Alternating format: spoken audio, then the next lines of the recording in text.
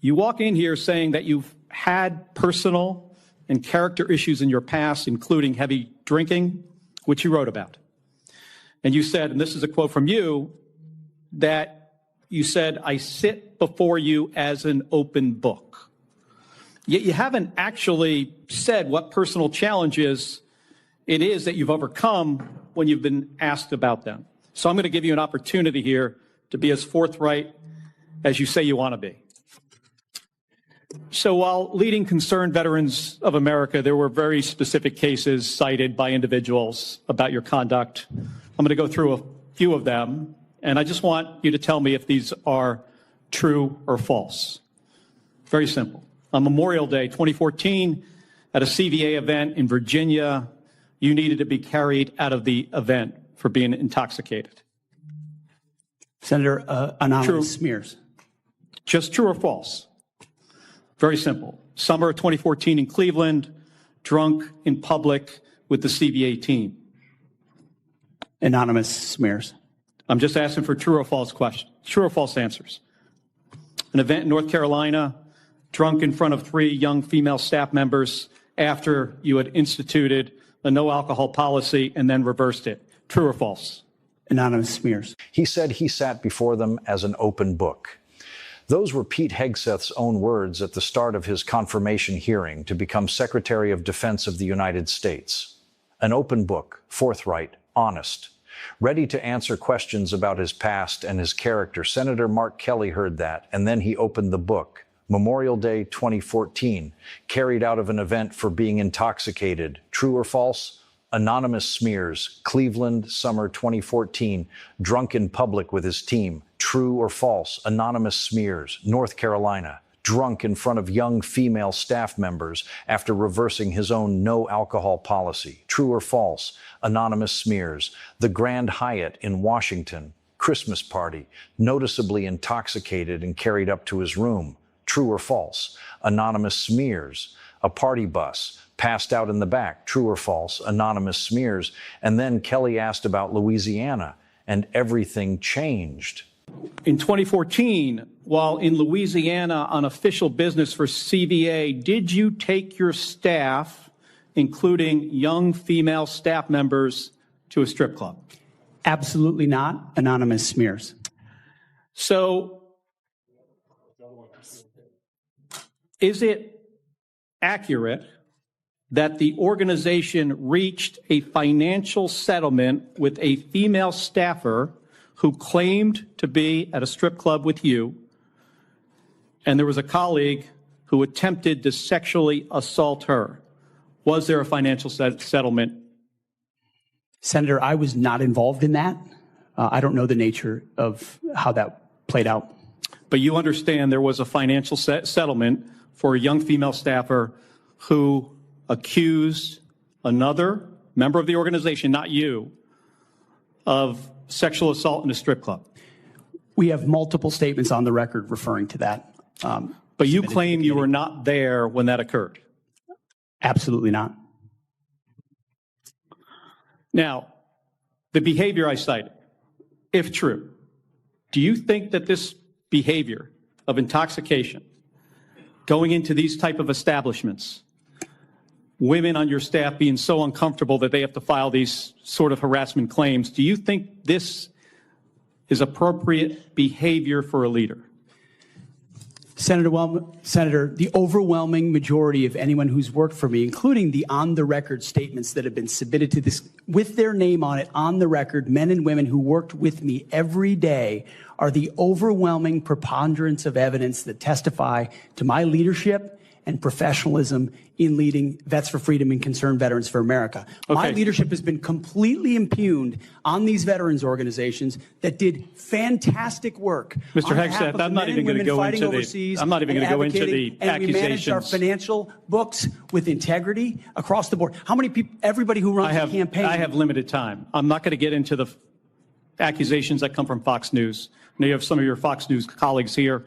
There were multiple instances of accusations against you about drinking on the job. All anonymous, all false, all refuted by my colleagues who I worked with for 10 years at 6 a.m. to 9 p.m. and everything. The challenge here for me, and Mr. said Hegseth, they've only seen me be professional is when there is every discussion single time. about personal challenges, and you admittedly had issues with heavy drinking. It's hard to kind of square this, to square the circle here. It's kind of a difficult thing to do. Let me ask you, if I have about 90 seconds left here, if you had to answer these questions about sexual assault against you and your drinking and your personal conduct, would it have been different if you were under oath? Senator, all I'm pointing out is the false claims against me. Okay, I take it you do not want to answer that question. I walked into this hearing this morning concerned that you haven't demonstrated adequate leadership in your civilian roles. And this is a dangerous world we're living in here. And America cannot afford a Secretary of Defense who is unprepared for that mission. I'm going to leave with concerns about your transparency.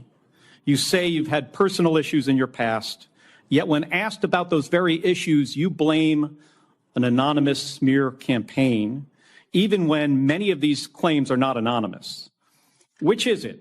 Have you overcome personal issues, or are you the target of a smear campaign? Mark Kelly is a retired Navy captain and former astronaut. He flew 39 combat missions in the Gulf War and flew 4 space shuttle missions. He has served as Arizona's senior U.S. Senator since 2020. He was not asking these questions as a political exercise. He was asking them as someone who has spent his career in institutions where character, discipline, and honesty under pressure are not abstract values. They are the things that determine whether people live or die, whether missions succeed or fail, whether the people who follow your orders can trust you with their lives. When Kelly walked into that hearing room on January 14th, 2025, he said clearly what he was there to establish. He was not there to relitigate personal history for its own sake. He was there to answer one question. Kelly said he wanted to understand whether Hegseth brought any of the necessary experience the Secretary of Defense job requires. He noted that Senator Coleman, in introducing Hegseth, had said he had struggled and overcome great personal challenges. Kelly pointed out that Hegseth himself had acknowledged personal and character issues, including heavy drinking, which he had written about. So the foundation of Kelly's entire line of questioning was built on Hegseth's own words and his own supporters' introduction. Not opposition research, not anonymous tips. Hegseth had written about his struggles. Coleman had cited them as evidence of character. Kelly simply asked him to be specific about what those struggles were. Hegseth said he sat before them as an open book. Kelly opened it. Memorial Day 2014, at a CVA event in Virginia, Hegseth needed to be carried out of the event for being intoxicated. True or false? Anonymous smears. Summer 2014 in Cleveland, drunk in public with the CVA team. True or false? Anonymous smears. An event in North Carolina, drunk in front of 3 young female staff members after he had instituted a no alcohol policy and then reversed it. True or false? Anonymous smears. December 2014, at the CVA Christmas party at the Grand Hyatt in Washington, D.C., noticeably intoxicated and had to be carried up to his room. True or false? Anonymous smears. A CVA staffer stated that Hegseth passed out in the back of a party bus. True or false? Anonymous smears. 5 separate incidents. 5 separate cities. 5 separate years. 5 separate witnesses. And the same 2 words every single time. That pattern is worth examining before moving to the Louisiana question. Because anonymous smears is a specific choice of words that does specific work. It suggests the source is unknown, that the claims come from faceless accusers with no credibility and no accountability, that there is no way to verify them and no reason to take them seriously. But Kelly had already done the work before he walked into that room. Kelly pushed back, pointing out that some of these accusations were already on the record with real names attached.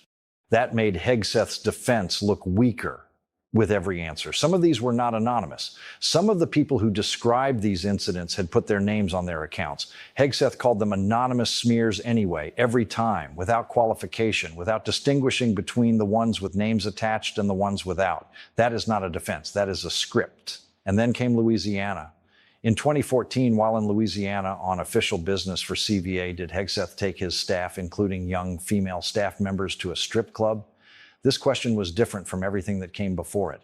The previous questions were about Hegseth's own conduct, his own drinking, his own public behavior. This question was about what happened to the people around him, the women who worked for him, the staff he was responsible for as their leader. For the first time in the entire exchange, Hegseth did not say anonymous smears. He said absolutely not, two different words, a direct denial rather than a dismissal. But Kelly was not done. Kelly asked whether it was accurate that the organization reached a financial settlement with a female staffer who claimed to be at a strip club and who had a colleague attempt to sexually assault her. Was there a financial settlement? That question changed the frame entirely. Hegseth had denied being at the strip club. Kelly was now asking about something Hegseth did not need to have been physically present for. A financial settlement, an official organizational response, a legal resolution of a claim made by an employee. Hegseth said, "Senator, I was not involved in that. I don't know the nature of how that played out." That answer confirmed the settlement existed. He did not deny the settlement. He denied his personal involvement in whatever led to it. He said he didn't know how it played out. The man who was leading the organization, who would have had ultimate accountability for its legal and financial decisions, said he did not know how a harassment-related financial settlement with a female employee of his organization played out. Kelly pressed, "You understand there was a financial settlement for a young female staffer who accused another member of the organization, not you, of sexual assault in a strip club. We have multiple statements on the record referring to that. But you claim you were not there when that occurred." Hegseth confirmed he claimed he was not there. So the picture Kelly had assembled across 10 minutes of questioning was this: an organization Hegseth led, multiple incidents in multiple cities across a single year where witnesses described him as publicly and professionally intoxicated, a strip club visit with female staff on official travel, a sexual assault allegation against a colleague at that strip club, a financial settlement with the female employee who made the allegation. And the leader of that organization either dismissed every incident as anonymous smears, denied physical presence, or said he did not know how things played out. Kelly then asked the question that cut through all of it. If you had to answer these questions about sexual assault against you and your drinking and your personal conduct, would it have been different if you were under oath? Hegseth did not answer. Kelly noted he was taking that as Hegseth not wanting to answer the question. The implications of that silence are specific. This was a confirmation hearing, not a deposition, not a grand jury, not a courtroom. Witnesses at confirmation hearings are not automatically under oath unless the committee requires it. Kelly was asking Hegseth directly whether the content of his answers would change if he were legally required to tell the truth. Hegseth's decision not to answer that question is its own answer. Kelly's closing was precise. He said he walked into the hearing concerned that Hegseth had not demonstrated adequate leadership in his civilian roles. In a dangerous world, America cannot afford a Secretary of Defense unprepared for the mission. He said he was leaving with concerns about Hegseth's transparency. And then the line that defined the entire exchange. You say you have had personal issues in your past, yet when asked about those very issues, you blame an anonymous smear campaign, even when many of these claims are not anonymous. Which is it? Have you overcome personal issues, or are you the target of a smear campaign? It can't be both. That is the trap Kelly had been building toward from the first question, not a gotcha, a logical corner.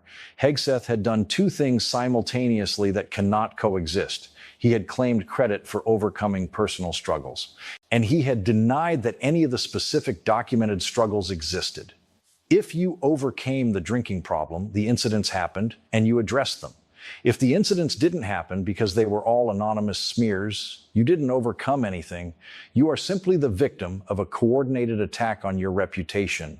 It's clear to me that you're not being honest with us or the American people because you know the truth would disqualify you from getting the job. Kelly said that clearly, directly, on the record, to the face of a man who would weeks later be confirmed as Secretary of Defense of the United States. Hegseth was confirmed. He now leads the Department of Defense. He has since fired military lawyers, banned press photographers who took unflattering photos, shared classified information on an unsecured commercial messaging app, and now, according to multiple reports, may have presided over additional potential violations of the laws of armed conflict. The confirmation hearing was the moment when the people responsible for advising on that confirmation had the clearest possible view of who Hegseth was. Kelly gave them 6 simple questions with one simple instruction: true or false. The answers they got were 2 words repeated until the question stopped: anonymous smears. And the senators who voted to confirm him knew that. Every Republican on the Senate Armed Services Committee sat in that room. They heard the same questions Kelly asked. They heard the same 2 words repeated across 5 incidents in 5 cities spanning a single calendar year. They heard Hegseth refuse to answer whether his responses would differ under oath. They heard Kelly say it can't be both. And they confirmed him anyway, on a party line vote. That vote is the part of this story that gets less attention than the hearing itself, because the hearing was uncomfortable and the confirmation was quiet. The cameras were on Kelly's questions. They were not on the vote count, but the vote count is what actually determined what happened next. The senators who confirmed Hegseth were not uninformed. They were not surprised by what Kelly raised. The drinking allegations had been in the press for weeks before the hearing. The strip club incident and the financial settlement had been reported. The pattern was documented and available. Kelly did not bring new information into that room. He brought existing information and forced it onto the record under the specific pressure of a direct question requiring a direct answer. What he demonstrated was not just that the allegations existed, he demonstrated how Hegseth handled them when he had nowhere to deflect, when there was no friendly interviewer, no supportive studio audience, no ability to change the subject or run out the clock. Just a question and a requirement to answer it. And the answer was always the same 2 words. That is the thing Kelly wanted on the record, not the specific incidents, the response to them, because the specific incidents are about the past. The response to them is about the present, about the man who would be making decisions in real time under pressure with no room to deflect and no script to fall back on. Anonymous smears, repeated 6 times, tells you more about temperament under pressure than any prepared statement ever could. Hegseth now leads the Department of Defense. He now has 3 million military and civilian employees under his command. He now makes decisions about the use of force, the deployment of troops, the classification of information, and the conduct of an active war with Iran. He signs the orders that determine what American service members do and where and how. Kelly saw what he saw in that room and said what he said. America cannot afford a Secretary of Defense who is unprepared for the mission. The Senate voted anyway, and now the mission is real. Introduction. The stakes of power to Sawa Karain Ikazi Jaga Jahon Ikinsan Kuath Mine 30 million Mulazim or Junior Kisab Sabari Nuclear Power Ka Control Dadia Jata High. Ye Pentagon High. Jab Pete Hegseth Ko Donald Trump NE Secretary of Defense Kalia Tuna. Tapori Junior Ki Nazrain UN Parthin. Lekin is Ras Mine Ike Bohat Barry Rukawat Thai. UNKA Apnamazi. Hegseth NE Hearing Kushuru Mine Kaha. Main AAP Kasamniite Kuli Kitab, Open Book, Ban Kar Baithahun. Unhon Eni Ikra Kia Kamazi Mine Unhine Sharab Noshi, Drinking. Kumasel Tai Lekin Unhon Enun Par Kabu Parlia High. Lekin Yan Sawal Yi Paidar Hota High. Kia Unhon Eni Wakai Sak Bola Tha. Why Yi Surf Ike Siasat Dan Ka Banaya Hua Drama Tha. Is Kahani Ka Asli More Tab Eta High Jab Senator Mark Kelly. Joe Kudike retired Navy Captain or Astronaut Hain, Korahota High. Kelly Wo Insan High Gs Any 39 Combat Missions Ure Hain. Wo Janta High Kujab Jung Hoti High, to discipline or sack High Kikimat Kia Hoti High. Chapter 1. The Pattern of 2014 Senator Kelly Ne Apni Interrogation Ka Agaz Kisi Siasat Sanahi Balke Un Wakiatsa Kia Joe 2014 Mine Peshe Tai. Yiwo Wokt Tha Jab Hegseth Concerned Veterans of America, CVA, Kulida Tai. Kelly Ne Ikaik Kar Kusharon Kanam Lia or Hegseth Sasurfit Napucha, true or false? Sak Hai Wae Jute. Pella Wakia, Memorial Day 2014, Virginia. Kaha Gaya Ku Hegsethitna Nashmine Tai Ku Unhine Yutha Kar Bahalajana Para. Hegseth ka jawab tija, anonymous smears, gumnam ilzamat. Dosra wakia. Cleveland, summer 2014.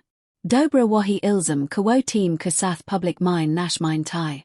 Hegseth ka wahi ratrataya jawab, anonymous smears.